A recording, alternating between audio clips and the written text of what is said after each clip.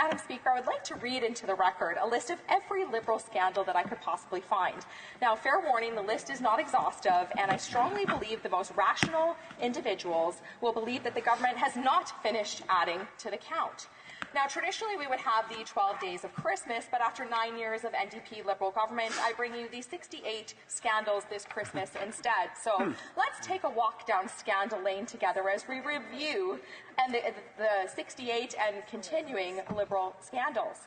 The Aga Khan vacation scandal, the prison needle exchange program, pressuring the Justice Minister to get Liberal donor SNC Lavalin off the hook and firing the Justice Minister for not helping with the cover-up.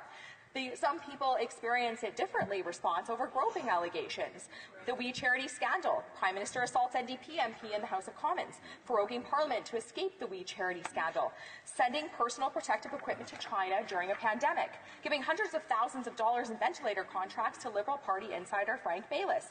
Fake charges against Mark Norman. Rampant sexual assault in the military. Illegally invoking the Emergencies Act. Fabricating why the Emergencies Act was invoked. The Public Health Agency of Canada found committing contempt of Parliament in the Winnipeg lab document scandal. The Public Health Agency tracking scandal. Trampling Canadians with horses. Seizing Canadians' bank accounts. Rampant abuse of staff in the Prime Minister-appointed Governor-General's office. The Governor-General wasting over $100,000 to throw private jet parties. Liberal connections with illegal casino magnates.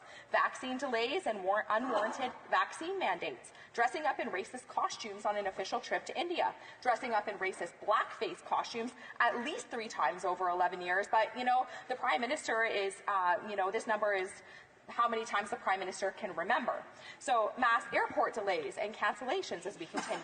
Decriminalizing hard drugs. Lowering the flag for half a year. Polluting more in 1 year on his private jet than an average Canadian does in half a lifetime.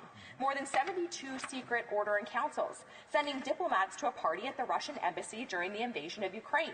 Having a minister give a $17,000 contract to a Liberal-aligned media firm. Letting Thomas Reuters take his chief of staff to the White House press correspondence dinner. The D&D minister misrepresents service.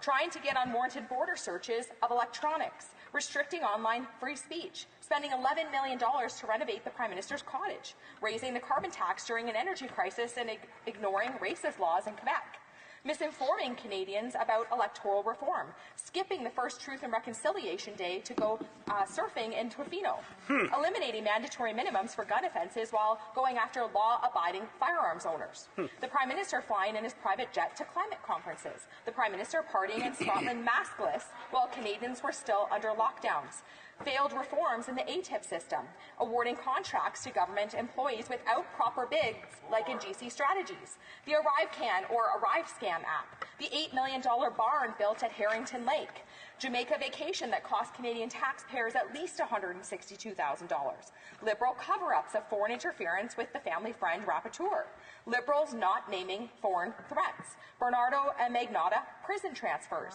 having a known compromised MP on the Liberal benches, the Speaker's Nazi scandal, the waiting to designate the IRGC as a terrorist group, skyrocketing debt, skyrocketing inflation, skyrocketing addictions, skyrocketing overdose deaths, the other Randy, incompetent mismanagement of CERB, failing promises on Senate reform, anti-Semitic human rights chair, ECCC politicizing the Jasper wildfire response, $9 million penthouse for Tom Clark, illegal plastics ban, the Green Slush Fund, SDTC, while we're here today, CBC bonuses, the CBC CEO's travel to Paris, immigration crisis, pulling away refunds from farmers for unnecessary fertilizer tariffs and then charging them interest. The Minister of the Environment awarding funding to his own company. India's criminal activity, announcing and then redacting. Finding out that there was no other Randy. $6.5 billion was spent in a shallow attempt to buy votes. And there's more to come, I'm sure.